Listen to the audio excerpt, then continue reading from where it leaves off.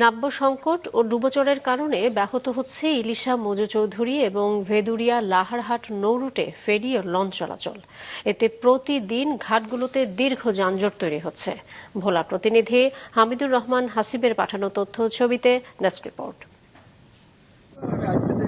প্রতি বছরের মতো এবারও শুষ্ক মৌসুম শুরু হওয়ার সাথে সাথে ভোলার মেঘনা ও তেঁতুলিয়া নদীতে জেগে উঠেছে ডুবোচর। এতে ইলিশা মজুচৌধুরী এবং ভেদুরিয়া লাহারহাট নৌরুটে চলাচলে চরম বিপাকে পড়ছে ফেরি ও লঞ্চগুলো। ঘাটে পৌঁছতে কখনোই আটকে যাচ্ছে ডুবোচরে, কখনো বা অন্য কোনো চ্যানেল ব্যবহার করতে পাড়ি দিতে হচ্ছে দীর্ঘ পথ। এতে সময় ও জ্বালানি খরচ বেড়ে গেছে। আগের রুটের আমাদের দূরত্ব ছিল প্রায় 22 কিলোমিটার, আর বর্তমান যে রুটটা আমরা আসা যাওয়া করতেছি এই রুটের দূরত্ব প্রায় 35 কিলোমিটার। আর লাস্টবারে আমরা কারাগারি চ্যানেল ঢুকতে পারি, ওখানে লঙ্গর করে থাকতে হয়, যার জন্য আমাদের ফিরানোর সময় লাগে, যাত্রীর কষ্ট হয় এবং আমাদের ঘাটে পৌঁছানোর সময় লাগে। ডুবোচরের জন্য আমাদের তো এই জোয়ারে চলি আমরা, কিন্তু এখন আরেকটা বাড়তি সমস্যা যোগ হয়েছে কুয়াশা। জোয়ারের সময় তো আমরা গেলাম, কুয়াশার কারণে আবার নোংর করা লাগলো। দেখা যায় চরের উপর আমি কুয়াশায় ঠেকে রয়েছি, চরের উপর জোয়ার শেষ হয়ে গেলে পাস হইতে পারলাম না।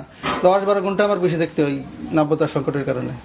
এখন দ্রুত ড্রেজিং ব্যবস্থাটা চালু রাখলে, ড্রেজিং তাড়াতাড়ি হয়ে গেলে আমাদের জাহাজগুলো সুন্দরভাবে চলাচল করতে পারে। এদিকে ডুবোচরের কারণে ফেরি চলাচলে বিড়ম্বনায় ঘাটের দুপারে তৈরি হচ্ছে তীব্র যানজট। চরম ভোগান্তি পোহাচ্ছেন যানবাহন চালক ও যাত্রীরা। মতিরাট খালে ঢোকার আগে ফেরি বাচ্চা থাকে, জোয়ার ভাড়ায় মিলিয়া ফেরি চালায়। সকালে আসছি, যখন ফেরি এখনো পাই নাই। ফেরি আসছে বলে আসছে, আবার চলে গেছে।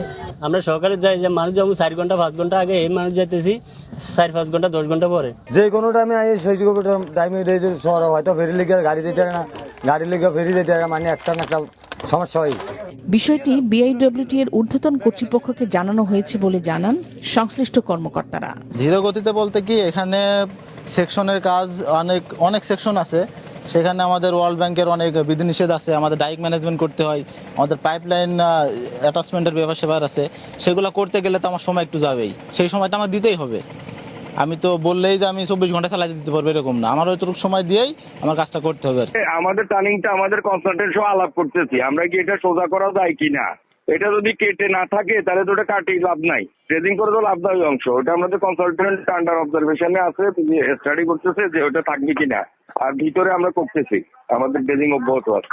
ভোলার ইলিশা ও লক্ষ্মীপুরের মজু চৌধুরী রুটে 5টি এবং ভোলার ভেদুরিয়া ও বরিশালের লাহারহাট রুটে 6টি ফেরিতে প্রতিদিন ছোট বড় 3 শতাধিক যানবাহন চলাচল করে অন্তত 30টি লঞ্চও। মাছরাঙা নিউজ ডেস্ক।